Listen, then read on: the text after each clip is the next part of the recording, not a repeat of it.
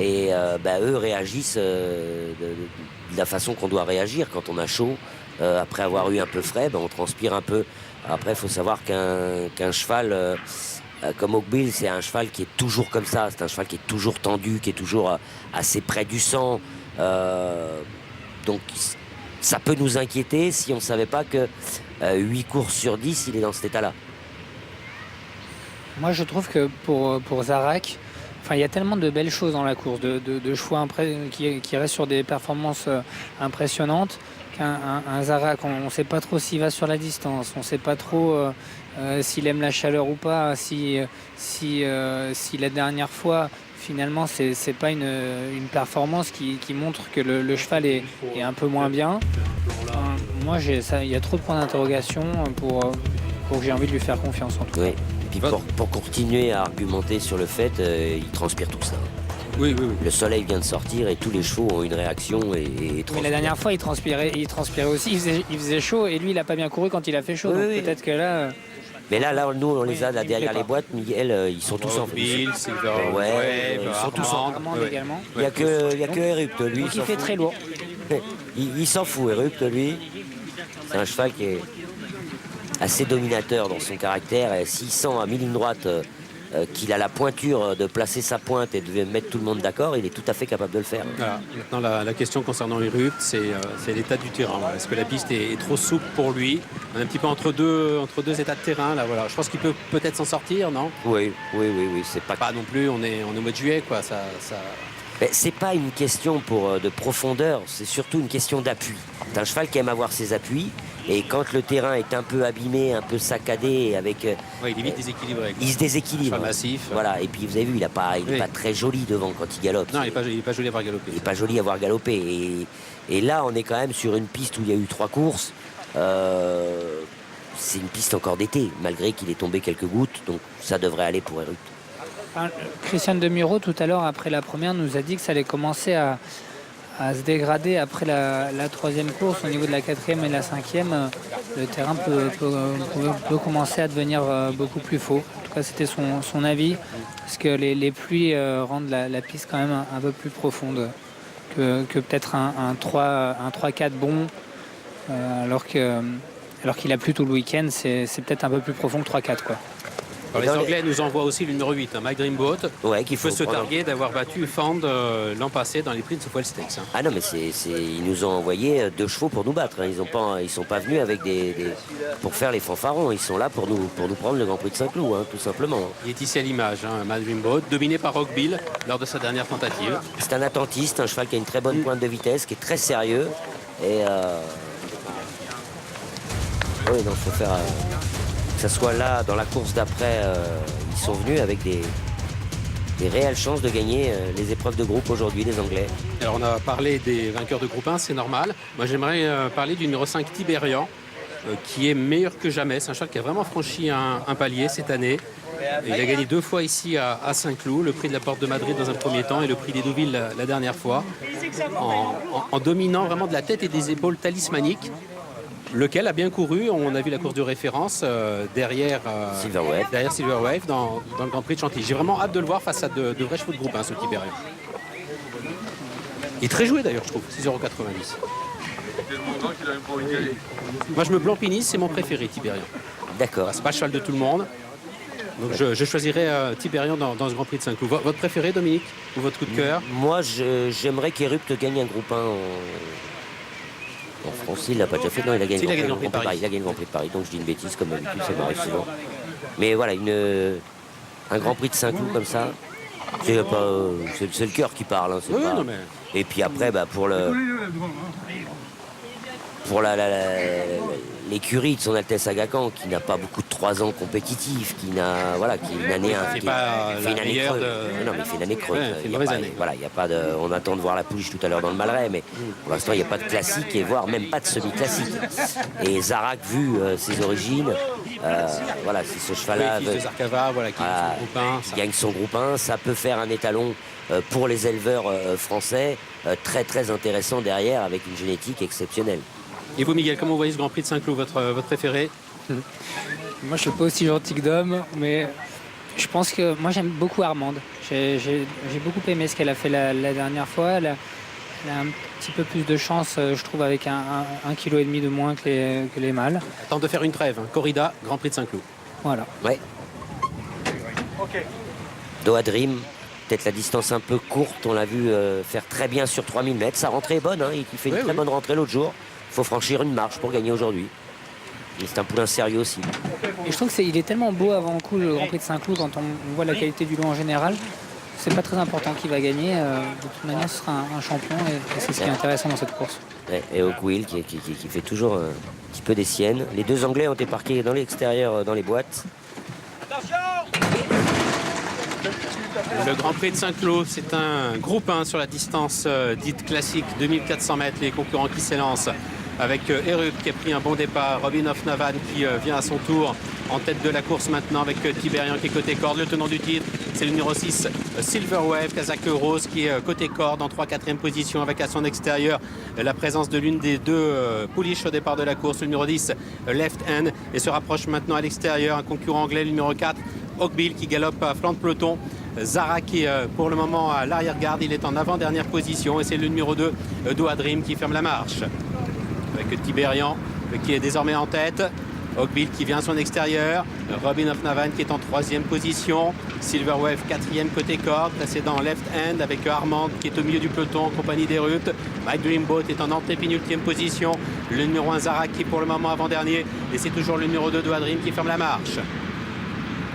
Tiberian toujours en tête, Oakbill à 3/4 de longueur à son extérieur, la 3e place côté corde pour le numéro 6 Silver Wave avec Robin of Navan qui est 4e, Armand, Left Hand et Erup qui viennent ensuite dans cet ordre, précédent le numéro 8 My Dreamboat, Zara qui attend son heure à l'arrière-garde en compagnie du numéro 2 Doha Dream. Il se dirige vers le bout de la ligne d'en face, le tournant de la fouilleuse, Tiberian qui a toujours les commandes avec Silver Wave qui est bien calé dans son sillage. Oakbill à l'extérieur, Robin of Navan qui est en 4e position, Erupt qui vient ensuite avec Armand qui est côté corde, Left Hand venant un petit peu plus loin, précédant le numéro 8, My Dreamboat, Doha Dream et Zara qui occupent toujours les deux dernières places. Les concurrents qui vont sortir du tournant dans une cinquantaine de mètres avec Oakbill qui met la pression à Tiberian. Silver Wave qui est en 3e position, Robin of Navan qui vient maintenant à son extérieur, Left Hand Armand, Erup qui sont un petit peu plus loin, Zarak toujours à l'arrière avec My Dreamboat et avec le numéro 2 Doha Dream.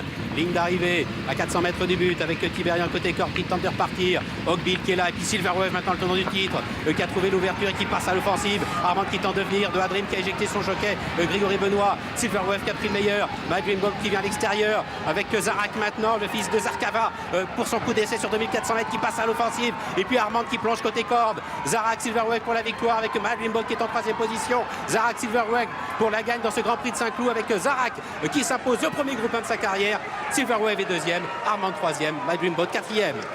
Zara qui s'impose dans une très jolie accélération qui vient battre le tenant du titre, le numéro 6, Silver Wave. On a vu vraiment une fin de course formidable, Gianni et Dominique de Zarak. Ah ouais, Zarak qui a été détendu, Dominique, par Christophe Soumillon, qui ne s'est pas intéressé à la course. Il ne s'est pas occupé de la course au départ. Il ne s'est pas occupé de la course, il a laissé son cheval bien s'équilibrer. Il n'a surtout pas voulu que le cheval se mette sur la main. On l'a vu de temps en temps rallonger ses rênes pour que le cheval prenne son équilibre de lui-même. Et il a placé une pointe de vitesse exceptionnelle. Et là, franchement, c'est génial. Qu'un cheval comme ça gagne un groupe 1, je trouve ça super. Alors, il y a une chute. Il y a une chute, mais Zarak n'est pas du tout dans le... De Doha Dream. Ouais, c'est... Je pense que Benoît qui vient à la côté corde. C'est Armand qui change de ligne et qui bouge. Il est assis dans l'herbe, mais enfin, je peux vous dire qu'il vient de bouger les pieds. Ouais, donc il est conscient. Il y a Armand qui a plongé à la corde. Il faudra voir le film de face. Il faudra voir le film de face. On a vu d'ailleurs un Pierre-Charles Baudot jeter un coup d'œil sur sa gauche, mais c'était trop tard. Ça sent pas bon. Ça sent pas bon. Et là, puis battre le tenant du titre avec la manière. Magnifique, magnifique. Allez. On imagine la joie, la satisfaction de Christophe Soumillon. Bonjour Christophe. Zarak, fils de Zarkava. Bon voilà, c'est une saveur particulière, je présume, ce Grand Prix de Saint-Cloud.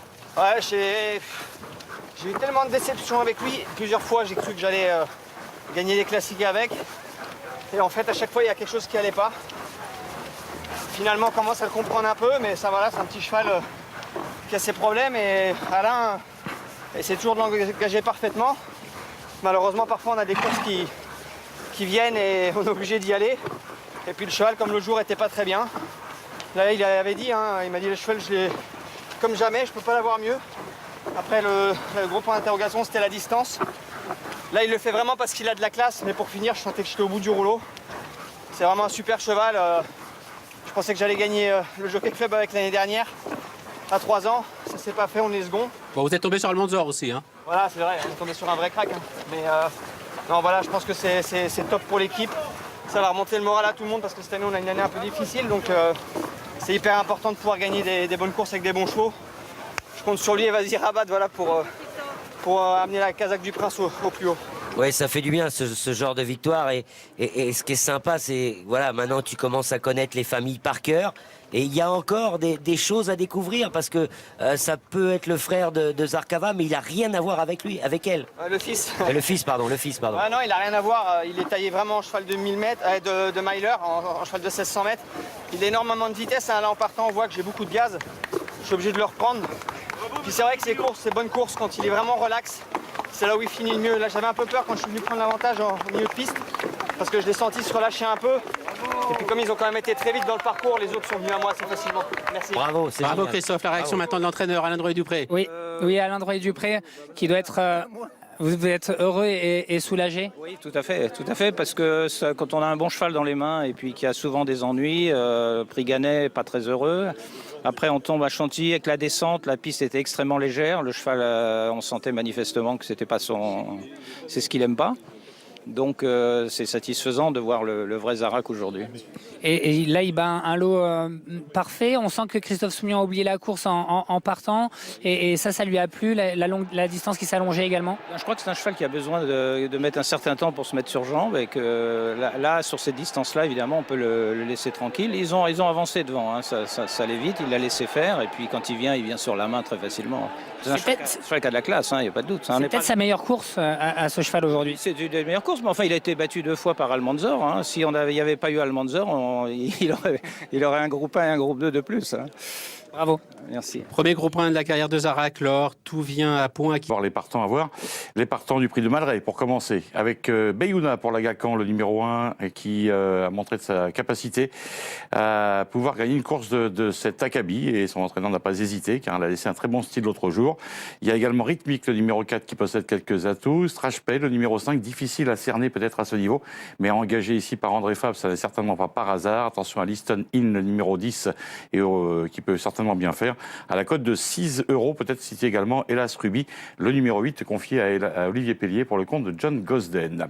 On va quitter les téléspectateurs qu'il y a live qui étaient avec nous. S'ils veulent nous rejoindre sur live, aucun souci. Je vous propose maintenant de repartir sur les programmes de Saint-Cloud. On va faire un petit point peut-être sur l'enquête. Où en sommes-nous exactement sur cette enquête en cours? Et on va bien sûr évoquer les chevaux du prix de Malray.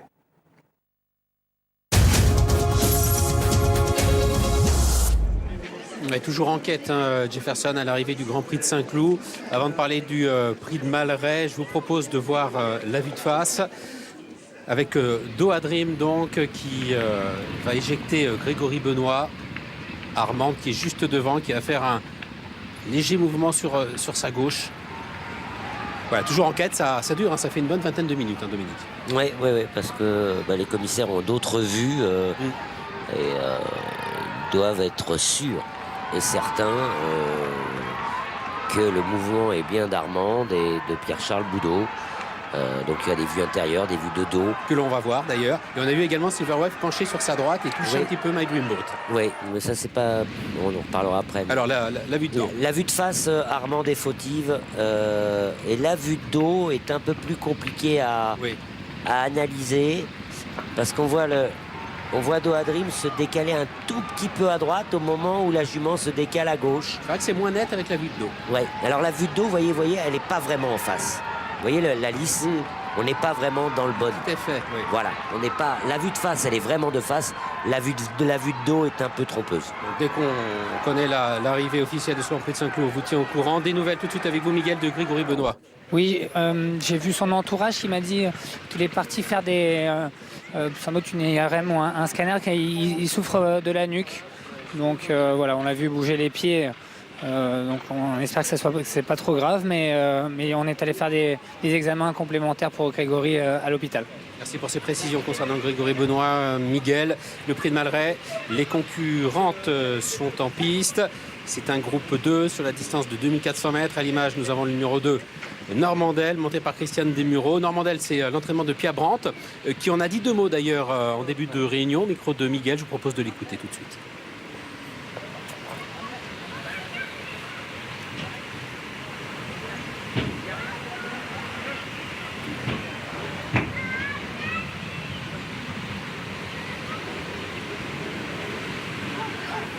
Normandel, elle m'intéresse beaucoup. On sent qu'en début de saison, vous avez essayé de la déclasser sur des distances un peu plus courtes. Et finalement, elle a besoin de distances un peu plus longues. Oui, voilà. Le matin, elle a toujours été un peu brillante. Elle a montré un peu ça l'année dernière aussi. Mais apparemment, elle se calme pendant le parcours et elle a besoin de distance. Elle vient de courir 2000 mètres, là il y a 400 mètres de plus, ça peut être encore mieux parce que c'était une bonne petite listade la dernière fois à Compiègne. Oui, voilà, elle a fait presque la ligne droite toute seule aussi, tout extérieur, en montant comme c'est à Compiègne. Je n'ai pas peur de la distance et la pouliche, elle est bien, elle est prête. Merci beaucoup. Elle peut même être avantagée par les 2400 mètres. Son frère, Montormel, vainqueur du Grand Prix de Paris, était un cheval de distance classique. À l'image, nous avons le numéro 10, Lissonin. On va en savoir un petit peu plus avec Freddy Ed, son entraîneur. Exactement. Lissonin, elle est assez irréprochable cette année.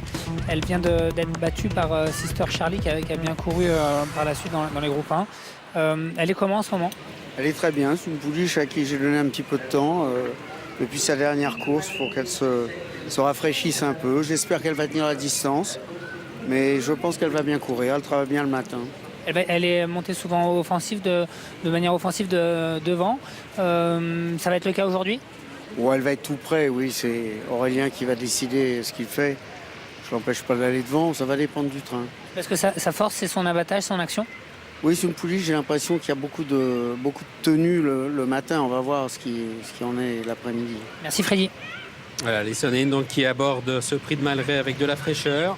Elle qui apprécie Saint-Cloud, qui s'est classée 2e pour sa dernière sortie. C'était le 23 avril dernier dans le prix Pénélope, battue seulement par Sister Charlie, laquelle a confirmé dans le Diane notamment, Dominique. Ah bah plus que confirmé. Oui, oui.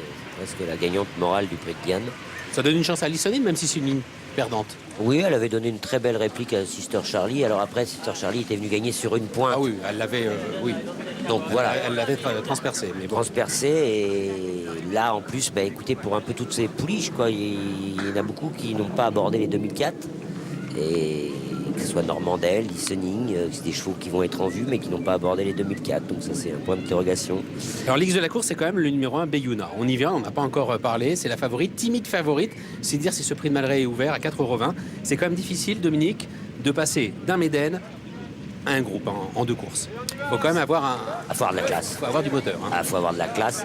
Il y a un moment, elle était pressentie pour courir le prix de Diane et Alain Drouet-Dupré a décidé de ne pas courir parce qu'il trouvait que la jument était encore trop tendre pour courir le prix de Diane. Voilà à l'image. Et finalement, on a opté pour ce prix Malray. La jument est tout simplement magnifique. Moi, j'ai adoré ses débuts. Là, il faut passer une marche. Elle en a montré que c'était possible. Maintenant, elle tombe sur des juments très durs. Il y a une jument qui vient de courir les Oaks, qui est 4e des Oaks. Des chevaux qui ont du métier, qui ont couru plusieurs fois. Donc, si elle venait à gagner, on aurait affaire à une pouliche vraiment d'avenir et de très grande qualité. Alors, on m'annonce que l'arrivée du Grand Prix de Saint-Cloud est désormais officielle et sans changement. Voilà, c'est affiché à 6, 9, 8 et 10. Donc les commissaires ont estimé que la chute de Grégory Benoît n'était pas imputable à Armand et Pierre Charles Boudou.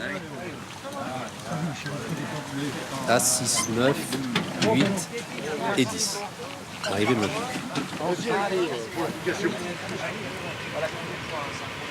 Je pense que ce qui a sauvé Armande, c'est la vue de dos. C'est la vue de dos, oui. On l'a montré aux téléspectateurs, effectivement. C'est la vue de dos. Avec la vue classique, on se dit, oulala, Pierre-Charles Boudou, il a fait tomber Grégory Benoît.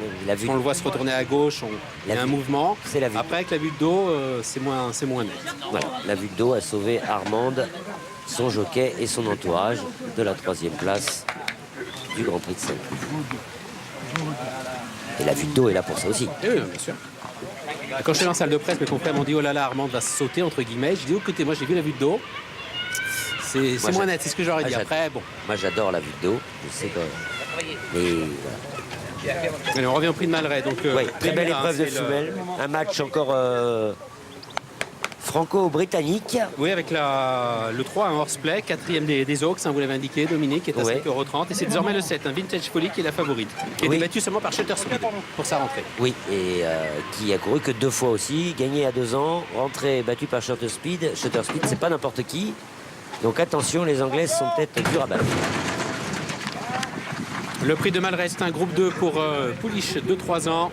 Elle s'élance avec Satine qui a pris un bon départ côté corde, comme le numéro 3, Horseplay, alors que se rapproche à l'extérieur le numéro 10, Listening qui vient en bon rang. Nous avons Vintage Folly, le numéro 7, qui est l'une des concurrentes en vue de l'épreuve, qui est même la favorite qui vient en 4-5e position. L'autre favorite de la course, Bayuna, le numéro 1, et pour le moment à l'arrière-garde du peloton, avec Listening qui a l'avantage. Le numéro 3, Horseplay, qui est 2e. C'est le numéro 11, Satine, qui vient en 3e position, avec la présence à son extérieur du numéro 2, Normandel. Le numéro 7, Vintage Folly, qui est un petit peu plus loin, en compagnie du numéro 8, Elas Ruby, avec la présence ensuite de Estelle Mabel, le numéro 9, qui galope côté corde. Strathspey, le numéro 5, qui est en antépénultième position, avec Bayuna, qui est pour le moment avant-dernière. Et c'est le numéro 4, Rhythmique, qui ferme la marche. Les pouliches qui sortent du premier tournant avec Listening, le numéro 10, qui a toujours le meilleur. Horseplay, le numéro 3, qui est en 2e position. Normandel, le numéro 2, qui galope à son extérieur, avec la présence ensuite de Jipoya, le numéro 6, qui vient côté corde. Précédent, le numéro 11, Satine, avec Estelle Mabel, qui galope également côté corde. Vintage Folly venant ensuite. Nous avons à l'arrière-garde du peloton toujours le numéro 1, Bayuna, qui est en avant-dernière position, et le numéro 4, Rhythmique, qui est en position de lanterne rouge. Le tournant de la fouilleuse avec le numéro 10, Listening, qui règle toujours l'allure, qui imprime son rythme, avec Normandel, le numéro 2, qui est 2e. C'est le numéro 6, Jipoya, qui est en 3e position côté corde, avec Horseplay, le numéro 3, qui est 4e. Estelle Mabel, Satine, qui viennent ensuite dans cet ordre, avec le numéro 7, Vintage Folly, qui est sollicité pour rester au contact. Bayuna étant toujours à l'arrière du peloton, en compagnie du numéro 4, Rhythmique.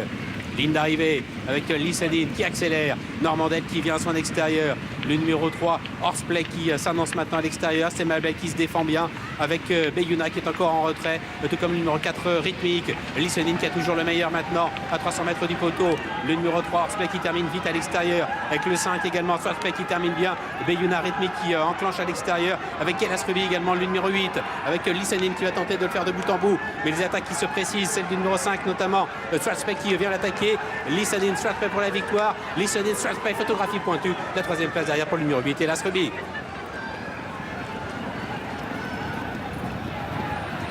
On a vu une très très belle fin de course du numéro 5 qui est peut-être venu s'imposer, même si on a vu une Listening, le numéro 10, lui opposer une belle lutte dans la phase finale. Donc photographie entre le 5 et le 10.